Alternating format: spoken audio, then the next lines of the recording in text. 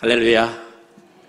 예배보다 더 바쁜 일도 없음을 믿고 이 자리에 오신 여러분 모두를 축복합니다. 이번 한 주간도 잘 되실 겁니다. 어려워도 하나님이 힘 주셔서 이겨내실 겁니다. 우리는 지난주에 요셉의 형들이 애굽에 곡식을 구하러 갔다가 신분을 감춘 아우 총리 요셉을 만나는 장면, 그리고 간첩으로 몰리는 장면도 살펴보았습니다. 그리하 요셉은 형들의 속마음을 떠보기 위해서 둘째 형 시므온을 애굽에 억류한 이후에 너희들이 간첩이 아니라면 그 증거로 너희 막내 동생을 대동하고 다시 애굽으로 내려오라며 곡식을 주어 형들을 가나안 땅으로 보내주었습니다. 그런데 오늘 본문 2절에 보니까요, 그렇게 가져왔던 곡식이 어느덧 다 떨어져 갑니다. 이에 형들은 우리가 곡식을 구하러 애굽에 다시 내려가야 하는데, 그러려면 애굽 총리의 요구대로 막내 동생을 데리고 가야만 합니다. 이렇게 아버지를 설득하지요. 그러나 아버지 야곱은 무슨 일이 있어도 내 사랑하는 막내 베냐민만은 절대 못 내준다면서 그렇게 버티고 있습니다. 바로 이런 상황에서 야곱의 넷째 아들인 유다가 그 아버지에게 한 말은 무엇이었을까요? 우리 같이 본문 9절 말씀 함께 읽습니다. 내가 그를 위하여 담보가 되오리니 아버지께서 내 손에서 그를 찾으소서. 내가 만일 그를 아버지께 데려다가 아버지 앞에 두지 아니하면 내가 영원히 죄를 지리이다. 아멘. 여러분, 여기 맨 앞에 내가는 유다이고요, 그는 베냐민을 가리키고 있습니다. 그래서 이 말씀을 보시면요, 내가 그를 위하여 무엇이 되겠다고요? 담보가 되겠습니다. 그렇게 유다가 말하고 있습니다. 무슨 의미일까요? 만일 이번에 애굽에 내려가서 이 막내 동생 베냐민이 잘못되기라도 한다면 내가 아버지께 영원히 죄를 짓는 것이므로 아버지께서 나를 죽여도 좋습니다. 이렇게 유다는 자기 자신의 생명을 담보물로 내놓고 있는 것을 보게 됩니다. 그렇습니다. 서슬이 시퍼런 아버지 앞에서 그 어떤 형제들도 선뜻 나서려고 하지 않는 그때에 유다만은 자신의 생명을 내걸었습니다. 그리고 결국 아버지 야곱을 설득하는 데 성공합니다.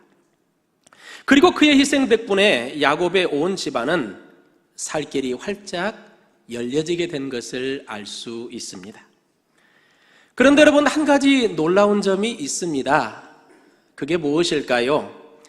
이렇게 자기를 희생하는 데 앞장섰던 유다의 후손 중에서 나중에 누가 나올까요? 바로 다윗과 솔로몬으로 대표되는 수많은 왕들이 나중에 바로 이 유다의 가문에서 배출되었다는 사실입니다. 그렇습니다. 하나님께서는 자기 생명을 앞장서서 담보로 내놓고 희생하는 데 앞장서는 유다의 가문을 왕의 가문, 로얄 패밀리로 삼아주셔서 이스라엘 전체를 다스리도록 하나님이 그렇게 섭리하신 것입니다. 우리는 여기서 무엇을 알 수 있습니까? 하나님께서는 아무도 나서려고 하지 않는 그때에 자신이 앞장서서 희생하려고 하는 사람을 하나님께서는 존귀하게 여겨주신다는 사실입니다. 그리고 그런 사람을 하나님께서 결국 맨 앞자리에 높여주신다는 것을 우리가 깨닫게 됩니다. 여러분, 이런 의미에서 국내 여성 암 사망률 1위가 어떤 암인 줄 아세요? 놀랍게도 여성 중에서 암으로 돌아가시는 분들 1위가 무슨 암이냐? 폐암. 폐암이라고 합니다. 그럼 여러분, 담배도 거의 피우지 않는 여자들이 이렇게 폐암에 많이 걸리는 이유가 도대체 무엇일까요? 최근에 분당 서울대 병원이 오랜 기간 분석한 바에 따르면요, 그 첫 번째 요인은 유전적인 요인이라고 그러고요. 두 번째 원인이 뭐냐? 바로 요리 매연 때문이라고 합니다. 그럼 여러분, 요리 매연이 무엇입니까? 그것은 바로 우리 여자들이 주방에서 음식을 조리할 때 발생하는 어류, 육류, 식용유의 그 연기나 끓음이 바로 요리 매연입니다. 그리고 바로 그 매연이 폐에 들어가서 우리 여성들 폐암을 일으키는 경우가 많다는 것입니다. 그러니까 우리 남자들 앞으로 여자들한테 이 여자가 할 일 없으면 집에 가서 밥이나 해! 이 말하면 돼요? 안 돼요? 남자들은 지금 대답을 아무도 안 하고 있어요. 그 말 안 해야 됩니다. 왜요? 우리의 아내들은, 우리의 엄마들은 어찌 보면 본문의 유다처럼 지금 자신의 생명을 걸고 음식을 만들어서 가족들을 먹이고 있는 것이 아닙니까? 그렇습니다, 여러분. 우리가 엄마라고 하는 단어만 생각해도 우리의 가슴이 찡해지는 이유는 우리들의 엄마가 잘나고 똑똑해서가 아닙니다. 대신에 바로 우리 엄마의 그 희생, 그 섬김 때문에 엄마라는 단어 생각만 해도 가슴이 찡해지지 않습니까? 마찬가지로 하나님의 마음을 찡하게 해드리는 성도는 과연 어떤 성도일까요? 그것은 바로 아무도 선뜻 나서지 않는 그 자리에 나의 희생을 각오하고 주여 제가 여기 있나이다, 바로 저를 보내 주옵소서, 이렇게 앞장서서 희생하는 성도를 볼 때에 우리 하나님의 가슴이 찡해진다는 것을 이 시간 기억하시기를 바랍니다. 그래서 우리 같이 빌립보서 2장 6절과 8절 말씀 함께 같이 읽습니다. 그는 근본 하나님의 본체시나 하나님과 동등됨을 취할 것으로 여기지 아니하시고 사람의 모양으로 나타나사 자기를 낮추시고 죽기까지 복종하셨으니 곧 십자가의 죽으심이니라. 아멘. 아멘. 여러분, 여기 맨 앞에 그는 우리 구원자 예수님을 가리키지요. 그런데 예수님은 그 권세와 능력과 영광이 본래는 성부 하나님과 동일하신 분이십니다. 그런데 그런 예수님은 사람의 모양으로 자기 스스로를 낮추시고, 자, 말씀 보시면 십자가에 결국 어떻게 하셨다고요? 죽으심으로, 그분의 생명을 포기하심으로써, 희생하심으로써 우리에게 영원한 생명을 선물로 내려주셨습니다. 그리고 이렇게 자기 희생의 길을 스스로 선택하신 예수님을 하나님은 어떻게 하셨을까요? 우리 같이 빌립보서 2장 10절 말씀도 함께 읽습니다. 하늘에 있는 자들과 땅에 있는 자들과 땅 아래에 있는 자들로 모든 무릎을 예수의 이름에 꿇게 하시고. 아멘. 자, 이 말씀을 보시면요, 하나님께서는 천상, 지상, 그리고 지하에 있는 모든 존재, 즉 온 세상의 모든 피조물의 무릎을 누구의 이름에 꿇게 하셨다고요? 예수의 이름에 다 꿇게 하신 줄로 믿으시기를 바랍니다. 무슨 의미일까요? 하나님께서는 가장 위대하신 희생을 하신 예수님을 온 피조세계를 다스리는 가장 위대한 왕으로 삼아주셨다, 가장 위대한 왕으로 올려주셨다, 바로 이 말씀이 아닙니까? 이런 메시지 시간에는 김용태 시인의 가을이 오면이라고 하는 시를 잠시 소개해 드리겠습니다. 나는 꽃이에요.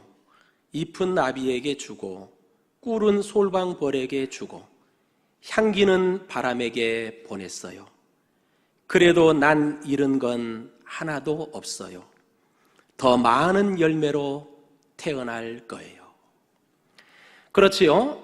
꽃이 항상 화려한 꽃이기만을 고집한다면 꽃은 결코 아름다운 열매를 맺어낼 수 없을 것입니다. 그런데 꽃이 더 이상 화려한 꽃이기를 이제는 포기하고 꽃잎은 나비에게, 꿀은 벌에게, 향기는 바람에게 나누어주는 희생을 택했더니 결국 그 꽃은 무엇으로 태어난다고요? 열매, 더 많은 열매로 태어나기에 꽃은 희생을 통하여 이룬 것이 하나도 없다는 뜻입니다. 그런데 여러분, 본문에 유다가 바로 그러했습니다. 유다는 자기가 자기 민족을 위하여 자기 생명까지 희생할 각오를 했더니 하나님께서는 그런 유다의 가문을 이스라엘 민족 전체를 다스리는 왕의 가문으로 하나님이 올려주셨습니다. 또한 우리 주 예수께서 온 피조 세계를 위하여 그분의 생명을 십자가에 희생하셨더니 하나님께서는 그런 예수님을 천상천하 온 피조 세계의 유일한 왕으로 높여주셨음도 잊지 마시기를 바랍니다. 이런 의미에서 우리 교회 각 남녀 선교회, 안수집사회, 그리고 권사회는 이제 2019년 새로운 임원을 뽑는 총회를 앞두고 있습니다. 그런데 해년마다 제가 소문을 들어보면은요, 주님께서 누가 내년에는 회장을 좀 할래? 이렇게 물어보시면 주여 제가 여기 있나이다. 저기 김집사를 대신 시키시옵소서. 이러면서 투명인간이 되면서 총회에도 안 오는 분들이 너무 많다는 소문이 들려옵니다. 그러나 여러분, 누가 선뜻 나서려 하지 않을 그때에 유다처럼 앞장서서 무거운 짐을 감당하려고 하는 성도들에게 하나님은 주시는 특별한 축복이 있습니다. 우리 교회 어떤 여전도회 회장을 맡고 있는 어느 집사님의 고백이세요. 이 집사님이 1년 전에 회장을 할 순서가 되었는데 회장을 하면 부담도 많이 있고요, 또 때로는 사람들도 실어 나르고 물건도 사 나르려면 차가 있어야 되는데 자기는 차가 없어서 이 회장 일을 감당하는 게 너무 부담이 되더랍니다. 그래도 부담되는 회장의 일이지만 하나님께서 명하시니 하나님 제가 한번 해보겠습니다. 순정하는 마음으로 받아들였습니다. 그런데 여러분, 놀라운 것은요, 회장 된 지 딱 한 달 후에 그 집사님 언니가 느닷없이 뜬금없이 아반떼 중고차를 사서 이 집사님에게 공짜로 주었다는 거예요. 별로 아멘도 안 해요 지금. 제가 오늘 분명히 공짜로 자동차 얻는 법 가르쳐 드렸어요. 그렇습니다 여러분. 전쟁에 나가는 군인에게 국가는 맨손으로 보내는 것이 아니라 총과 갖가지 필요한 보급품을 손에 들려서 전쟁터에 보내듯이 자기를 희생하며 사명 감당하라는 그 종들에게 하나님은 반드시 필요한 것을 그 손에 들려주시어서 그 사명을 넉넉히 감당하도록 하나님은 분명히 역사하고 계십니다. 그러므로 이 자리에 우리 모든 성도들은 본문의 유다처럼, 그리고 우리 주님처럼 제가 담보물이 되겠습니다, 제가 먼저 십자가를 지겠습니다, 이렇게 앞장설 줄 아는 하나님의 백성들 되시기를 축복합니다. 자, 이렇게 유다가 자기 생명을 담보물로 내놓자 그 아버지 야곱은 먼저 뭔가를 가지고 그럼 너희들 애굽에 내려가라 말하는데요, 그게 무엇인지 우리 같이 본문 11절 함께 읽습니다. 그들의 아버지 이스라엘이 그들에게 이르되 그러할진대 이렇게 하라. 너희는 이 땅의 아름다운 소산을 그릇에 담아가지고 내려가서 그 사람에게 예물로 드릴지니 곧 유향 조금과 꿀 조금과 향품과 모략과 유향나무 열매와 감복숭아이니라. 아멘. 자, 이 말씀을 보시면요, 야곱은 이스라엘이죠, 가나안 땅의 토산품 중 가장 아름다운 것들을 가지고 가서 애굽의 총리에게 예물로 드려라, 이렇게 아들들에게 말합니다. 그런데 여기 나오는 여러 예물 목록 중에 향품과 몰약은 가나안 땅에서 나는 토산품이 아니라 다른 나라에서 수입한 것들인데요. 심지어는 그런 귀중한 수입품까지 다 챙겨서 가져가라는 것입니다. 그럼 여러분, 결국 이게 무슨 뜻일까요? 그것은 애굽의 까다로운 총리의 환심을 사기 위해서 우리들의 정성을 다 담은 친절을 가지고 가라, 이렇게 해석할 수 있겠습니다. 이런 의미에서 여러분, 친절은 윤활유라 할 수 있습니다. 그래서 여러분, 자동차 엔진에 윤활유가 없다면 어떻게 될까요? 자동차는 조금만 달려도 엔진이 과열되어 금세 망가지고 말 것입니다. 이것은 사람과 사람 사이의 관계도 마찬가지라 할 수 있습니다. 그래서 여러분, 우리가 가정에서도 교회에서도 직장에서도 서로 간의 친절이 없다면 그 관계는 금세 메마르게 됩니다. 과열되게 됩니다. 그리고 분명히 인간관계에 문제가 생기게 될 것입니다.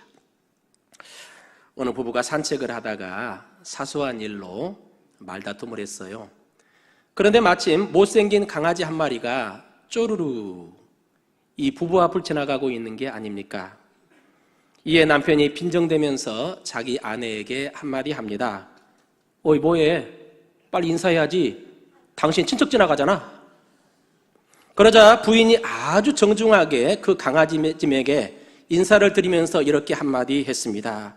아유, 시아주버님 안녕하세요.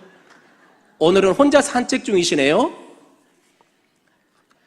여러분, 사이가 안 좋은 부부 보면요, 말을 한마디 해도 이렇게 가시가 돋게 하지요. 즉, 서로를 향한 친절과 배려가 없는 것입니다. 그런데 행복하게 사는 부부를 보면은요, 그 비결이 의외로 간단합니다. 뭘까요? 부부가 서로 말을 한마디 하더라도 그렇게 친절하게, 그렇게 따뜻하게 한다는 사실입니다. 그래서 우리 교회 어떤 권사님네 부부는 집에서 부부가 눈이 마주칠 때마다 뭐라고 하느냐, 이렇게 한답니다.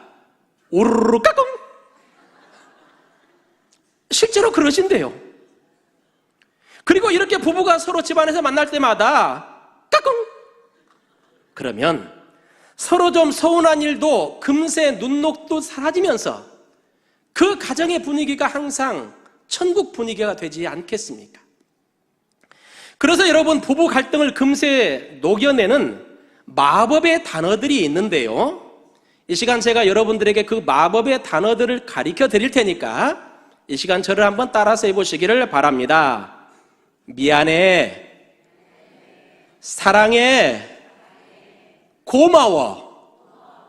자, 이 말은 특별히 우리 남자들이 자주 하면 훨씬 효과가 배가가 돼요. 자, 우리 남자들 저 따라서 해봅니다. 미안해, 사랑해, 고마워. 이 세 자를 줄이면 뭐가 돼요? 미쓰고가 아니라 미사고가 됩니다. 그러니까 우리 남자들이 가정에서 내 아내를 볼 때마다 미안해, 사랑해, 고마워, 이 세 마디만 자주 해도 그 가정의 부부 문제 없어집니다. 문제가 다 녹아지는 것입니다. 그렇습니다. 여러분, 바로 이런 친절, 이런 따뜻한 말 한마디가 윤활유가 됩니다. 그래서 그 가정은 혹여라도 가정에 문제가 있다고 하더라도 그 모든 문제들이 이런 친절한 말들로 인하여 녹아지면서 가정이, 부부가 점점 행복하여지는 것이지요. 그리고 이것은 우리가 1118 해피데이를 앞두고 교회 뜸한데 목장 가족들을 찾아가고 주님 모르는 내 이웃들에게 전도하는 것도 마찬가지라 할 수 있습니다. 그래서 여러분, 친절은 헬라어 단어로 크레스토스 그러는데요, 그런데 이 친절을 뜻하는 단어 크레스토스는 우리 그리스도인들을 뜻하는 헬라어 단어 크리스토스와 단 한 자만 틀리고 있습니다. 그런데 초대교회 시절 예수님 모르는 사람들은 이 그리스도인들을 뜻하는 단어 크리스토스와 친절을 뜻하는 단어 크레스토스를 구별하지 않았다고 합니다. 왜 그랬을까요? 예수님을 믿는 크리스토스들은 항상 크레스토스한 사람들, 즉 이웃들에게 친절이 넘치는 사람들이었기 때문입니다. 그렇습니다. 여러분, 초대교회 그리스도인들이 전도가 잘 되는 이유는 이 크레스토스, 즉 저들에게 넘치는 친절이 있었기 때문입니다. 즉 초대교회 성도들은 기회가 있는 대로 내 이웃들에게 친절 베풀기를 주저하지 않았더니, 그랬더니 결국 그 친절함에 감동한 이웃들이 너도 나도 교회에 몰려와서 하나님의 아들 예수 그리스도를 만나고 그분을 구원자로 영접한 줄로 믿으시기를 바랍니다. 이런 의미에서 미국의 프리스턴 대학의 어떤 믿음 좋은 학생은 다음과 같이 자신의 신앙 고민을 털어놓은 적이 있습니다. 나는 날마다 기도를 열심히 하며 날마다 성경을 읽고 성경을 암송까지 합니다. 그리고 예배와 신앙 집회는 단 한 번도 빠져본 적이 없습니다. 하지만 나로 인하여 예수님을 믿게 된 사람은 지금까지 단 한 사람도 없습니다. 도대체 저는 뭐가 잘못된 것일까요? 여러분, 이 젊은이는 이렇게 믿음이 좋은데 왜 단 한 명도 예수님 만나게 못했을까요? 그 이유는 다음과 같습니다. 저를 한번 따라서 해보시기를 바랍니다. 나가면 있고 안 나가면 없다. 나가면 있고 안 나가면 없다. 그렇습니다. 이 학생은 예배드리고 기도하고 성경을 읽는 일은 열심히 했으나 밖에 나가서 전도한 적은 없었습니다. 그러므로 밖에 나가서 같이 예수님 믿자고, 나랑 함께 교회 한번 가보자고 한 번도 말한 적이 없으니 어찌 한 명인들 전도할 수 있었겠습니까? 그리고 설령 나가서 전도했더라도 열매가 잘 맺혀지지 않는 이유는 무엇이었을까요? 그것은 바로 크레스토스, 즉 친절이 없었기 때문입니다. 그렇습니다. 전도하려면 우리 성도들에게는 먼저 친절이 선행되어야 됩니다. 그래서 우리 얼굴에는 미소의 친절이 있어야 됩니다. 우리의 말 속에는 따뜻한 배려의 친절이 들어가 있어야 됩니다. 우리의 손은 빈손이 아니라 내 이웃에게 나아갈 때에 작은 선물이 내 손에 친절로 들려져 있어야 합니다. 그러므로 이 자리에 우리 모든 성도들은 이런 친절을 가지고 내 가족, 내 이웃에게 나아가서 이번 해피데이에는 그 영혼들을 다 주님께 모셔오는 역사가 있기를 축복합니다. 자, 야곱은 이렇게 아들들에게 친절을 의미하는 물품들을 다 가져가도록 그렇게 명령을 했고요. 동시에 베냐민도 데리고 가라고 말합니다. 우리 같이 그 장면 13절과 14절 함께 읽습니다. 내 아우도 데리고 떠나 다시 그 사람에게로 가라. 전능하신 하나님께서 그 사람 앞에서 너희에게 은혜를 베푸사 그 사람으로 너희 다른 형제와 베냐민을 돌려보내게 하시기를 원하노라. 내가 자식을 잃게 되면 이르리로다. 아멘. 아멘. 자, 야곱은 아들들에게 네 아우 베냐민도 데리고 가라고 합니다.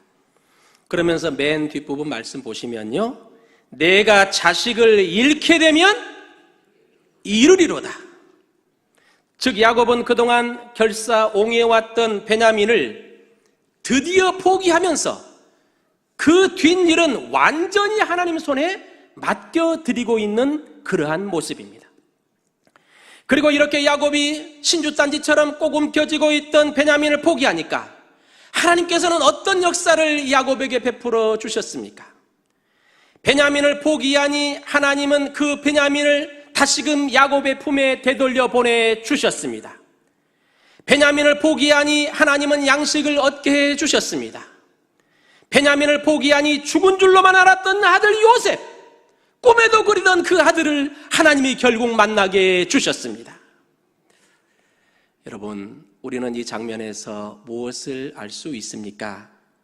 하나님께서 나에게 포기하기를 원하시는 그것을 내가 포기할 때에 하나님께서는 너무 기뻐하시고 나에게도 결국 그 포기가 큰 축복이 되어 돌아온다는 것을 우리가 깨닫게 됩니다.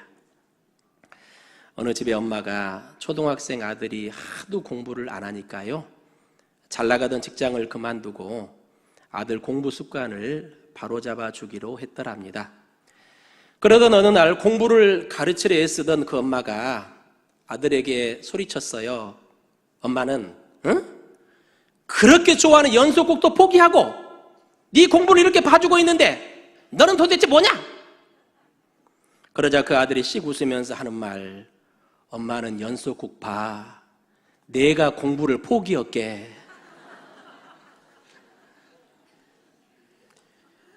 그렇지, 우리 엄마들, 내가 그토록 좋아하는 연속곡은 포기해도 그래도 이런 아들의 공부는 절대 포기 못 하시겠지요.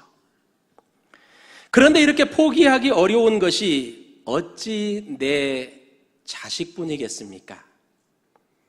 그래서 하나님께서 그것 좀 내려놓으라고 해도 이것만은 하나님 포기가 어렵습니다. 하나님, 이것만은 제가 내려놓기가 어렵습니다고 우리 각자 손에 꼭 쥐고 있는 것들 다 한두 가지는 있으실 겁니다. 그러나 여러분, 하나님의 길은 포기하는 데서부터 열린다는 것을 믿으시기를 바랍니다. 진짜 하나님의 축복은 포기 하늘에서 내려온다는 것입니다. 빠른 기도의 응답도 내가 포기할 때에 나에게 주어진다는 사실입니다. 그런데 우리는 내가 손에 꼭 쥐고 있는 그것을 포기하면 죽을 것 같아서 아까워서 포기하지 못하고 손에 꼭 쥐고 있을 때가 많습니다. 그래서 하나님께서 야곱에게 큰 기근을 주어 결국 막내 베냐민을 포기하게 만드셨듯이 하나님께서는 여러분에게 때로는 시험도 주시고 고난도 주시고 일을 꼬이게 만드셔서 결국 하나님은 그것을 포기하게 만드십니다. 이런 의미에서 결혼을 3번이나 실패하는 쓰라린 아픔을 겪은 바 있는 작가 공지영 씨는 다시금 기독교 신앙으로 돌아오면서 이렇게 고백한 바가 있습니다. 나는 무려 18년 만에 하나님 앞에 엎드려 이렇게 말했다. 하나님, 저 왔어요. 하나님께 항복합니다. 내 인생에 대해서 이제 항복합니다. 내 인생은 내 것이 아닌가 봐요. 그렇지 않고서야 어떻게 이렇게 내 마음대로 안 될 수가 있어요? 그러므로 이제 하나님, 저는 하나님 앞에 완전히 항복합니다. 그녀는 이렇게 엉엉 울면서 그날 하나님께 항복하여 그 쓰라린 과거로부터 치유되기 시작한 줄로 믿으시기를 바랍니다. 그렇습니다, 여러분. 내가 하나님 앞에 진정으로 항복하는 순간 거기서부터 회복의 역사가 시작됩니다. 내가 두 손 들고 하나님께 항복하는 그 순간 바로 그 자리에서 내 인생은 새롭게 시작되는 역사가 나타난다는 사실입니다. 또한 하나님께서 끊임없이 그거 포기하라고 명령하시는 그것을 내가 포기하고 내려놓을 때 내 마음에 갈등이 없는 진정한 평안이 찾아오고 진정 하나님께서 나를 위해 준비해 놓으신 진짜 하늘의 축복이 내 것이 될 줄로 믿으시기를 바랍니다. 그래서 우리 같이 창세기 22장 12절과 14절 함께 같이 읽습니다. 사자가 이르되 그 아이에게 내 손을 대지 말라. 그에게 아무 일도 하지 말라. 내가 내 아들 내 독자까지도 내게 아끼지 아니하였으니 내가 이제야 내가 하나님을 경외하는 줄 아노라. 아브라함이 그 땅 이름을 여호와이리라 하였으므로 오늘날까지 사람들이 이르기를 여호와의 산에서 준비되리라 하더라. 아멘. 자, 하나님께서 아브라함에게 네가 네 아들 독자까지도 내게 아끼지 아니하였으니라고 말씀하시지요. 무슨 의미입니까? 아브라함, 네가 내가 포기하라고 하는 네 그 목숨과 같은 아들, 그 독자까지도 포기하였으니, 이런 뜻이 아닙니까? 자, 이렇게 아브라함이 그 생명과 같은 독자 아들을 포기했더니 하나님께서 먼저 아브라함을 칭찬하시지요. 뭐라고요? 가운데 보시면 내가 이제야 네가 하나님을 경외하는 줄을 아노라. 그렇습니다, 여러분. 내가 하나님을 진짜 경외하느냐의 여부는 바로 하나님께서 나에게 포기하기를 요구하시는 그것을 내가 포기할 수 있느냐 없느냐, 거기에 달려있다는 사실입니다. 그러므로 여러분, 우리 신앙 성숙의 마지막 단계는 무엇일까요? 움켜쥐는 것이 아니라 포기하는 것입니다. 하나님이 원하시는 것 다 내려놓는 것입니다. 내가 하나님을 위해서 내 사랑하는 사람도, 내 꿈도, 내 물질도, 내 명성과 체면도, 내가 그토록 좋아하는 그것조차도 내가 포기할 수 있다면 우리는 진짜 하나님을 경외하고 있는 것입니다. 그리고 우리의 신앙은 최고 단계에 도달해 있습니다. 그리고 아브라함이 그 사랑하는 아들까지 포기하자 하나님께서 또 주신 것이 무엇일까요? 맨 뒷부분 말씀 보시면 여호와 이레의 축복을 주셨습니다. 그럼 여러분, 여호와 이레의 축복이 무엇일까요? 그것은 하나님께서 원하시면 그것을 포기하는 성도들에게만 준비해 놓으신 바로 하늘과 땅에 예비된 놀라운 축복을 가리킴을 믿으시기를 바랍니다. 그래서 여러분, 창세기를 한번 살펴보십시오. 아브라함이 사실 하나님께 이 복 주시고 저 복 주십시오, 저한테 복 주십시오, 하나님께 부탁한 적 단 한 번도 없습니다. 대신에 아브라함은 하나님께서 고향 친척 아비집을 포기하라 말씀하시면 고향집 포기하고, 아들 포기하라 말씀하시면 그 아들조차도 포기하며 하나님께 항복했더니 하나님은 그 아들도 다시 돌려주시고 과거 고향보다 100배나 새롭고 좋은 젖과 꿀이 흐르는 가나안 땅을 아브라함에게 선물로 주시지 않았습니까? 또한 그렇게 항상 하나님께 항복하는 아브라함에게 하나님은 결국 물질의 복도 주시고 건강의 복도 주시고 후손의 복도 주시고 마침내 하나님께 항복하는 아브라함을 믿음의 조상으로 세워주신 줄로 믿으시기를 바랍니다. 그러므로 이 자리에 우리 모든 성도들은 내가 그것만은 절대 놓칠 수 없다며 지금 내 손에 꼭 쥐고 있는 그것들 절대 아까워하지 마시고 포기하며 하나님께 100% 항복하는 성도들 다 되시기를 주님의 이름으로 축원합니다.